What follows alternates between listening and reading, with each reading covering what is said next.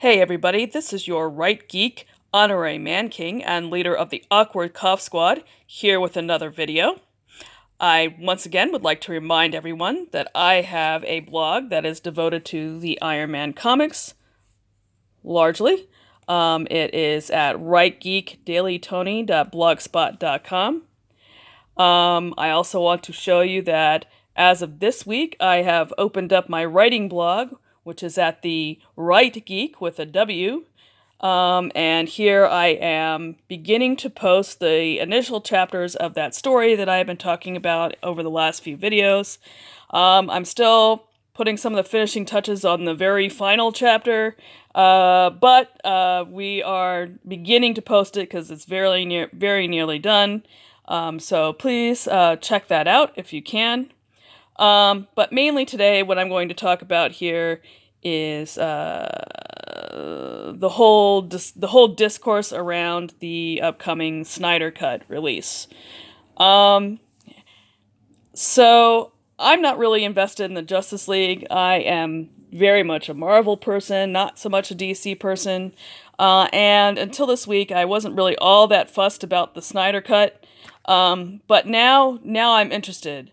Not because I necessarily intend to watch it or anything, although I may if I hear good things about it from people I trust, but because I find the hard-left SJW media's reaction to the announcement of its upcoming release so incredibly bizarre. See, I'm old enough to remember when the left was anti-corporate. But this week, I've seen so-called progressives pen article after article asserting that the fans pushing for the aforementioned release supposedly bullied Warner Brothers into doing their bidding, and that this is setting quote-unquote dangerous precedents, blah blah blah.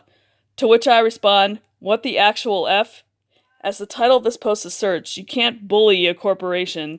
That's like saying David bullied Goliath by slingshotting that rock at the Philistine's forehead. Seriously, what happened to that old Occupy Wall Street spirit? I had a dim view of those protesters because they were very obviously socialist/communist in their sympathies. But there was one thing they actually did get correct. Corporations don't need government handouts, nor do they need our solicitude.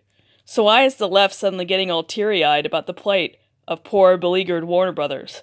I'm sorry, but a huge meteor empire is not some vulnerable underdog we must rally to defend.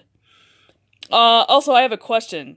Did Star Trek fans bully NBC when they struck up a letter-writing campaign to save the show for a third season? Did Farscape fans bully the Sci-Fi Channel into giving us some closure with the Peacekeeper Wars miniseries? Were we early edition fans bullying CBS when we attempted, but ultimately failed, alas, to save our sweet little family-friendly show about a magical newspaper that was delivered by a cat? Fan campaigns, historically, are an utterly normal, utterly benign, and omnipresent phenomenon. Enthusiastic fan uprisings are not automatically stalking horses for incel terrorism or white supremacy or any other BS you're trying to peddle. In the media sphere, they're simply a fact of life. True, there are individual fans who can behave in toxic and or threatening ways, but if your hatred of ordinary fans has become so extreme that you reject any action that caters to them at all, I think you need to completely reevaluate your life. Thank you for listening, and I will talk to you again on Thursday.